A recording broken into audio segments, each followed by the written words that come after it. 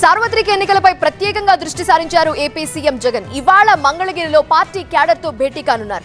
ఎన్నికల్లో ఎలా ముందుకు వెళ్లాలి అనే దానిపై 175 నియోజకవర్గాలకు చెందిన నేతలకు డైరెక్షన్ ఇవ్వబోతున్నారు ముఖ్యమంత్రి. ఏపీలో ఎన్నికలకు సమయం దగ్గర పడుతోంది. ప్రధాన పార్టీలన్నీ అభ్యర్థులను ప్రకటిస్తున్నాయి. మరోవైపు వరుసగా రెండోసారి అధికారంలోకి రావాలని సీఎం జగన్ పట్టుదలతో ఉన్నారు. ఎన్నికల్లో విజయమే లక్ష్యంగా ముందుకు సాగుతున్నారు. ఇప్పటికే పలువురు అభ్యర్థులను మార్చారు. గెలుపు గుర్రాలకే టికెట్లను కేటాయిస్తున్నారు. ఇక పార్టీ శ్రేణులను ఎన్నికలకు సమాయత్తం చేసేందుకు జగన్ ఇవాళ కీలక సమావేశాన్ని నిర్వహించబోతున్నారు. మంగళగిరిలోని సీకే కన్వెన్షన్ లో సమావేశం జరగనుంది. 175 అసెంబ్లీ స్థానాలకు చెందిన నేతలంతా ఈ సమావేశానికి హాజరు కానున్నారు. దాదాపు 2000 మంది నేతలు సమావేశంలో పాల్గొంటారు. వైనాట్ 175 లక్ష్యంగా సమావేశంలో నేతలకు జగన్ దిశానిర్దేశం చేయనున్నారు. ఎన్నికల విధులు ఎలా నిర్వహించాలి, ప్రత్యర్థుల విమర్శలను ఎలా తిప్పికొట్టాలనే దానిపై నేతలకు వివరించనున్నారు.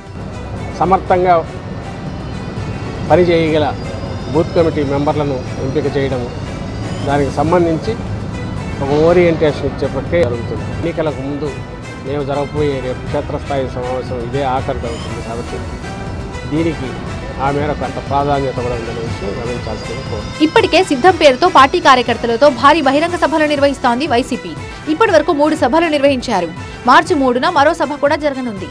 బాపట్ల జిల్లా మేదరమెట్లలో జరిగే సభ, రాప్తాడు సభను మించి జరిగేలా ఏర్పాట్లు చేస్తున్నారు.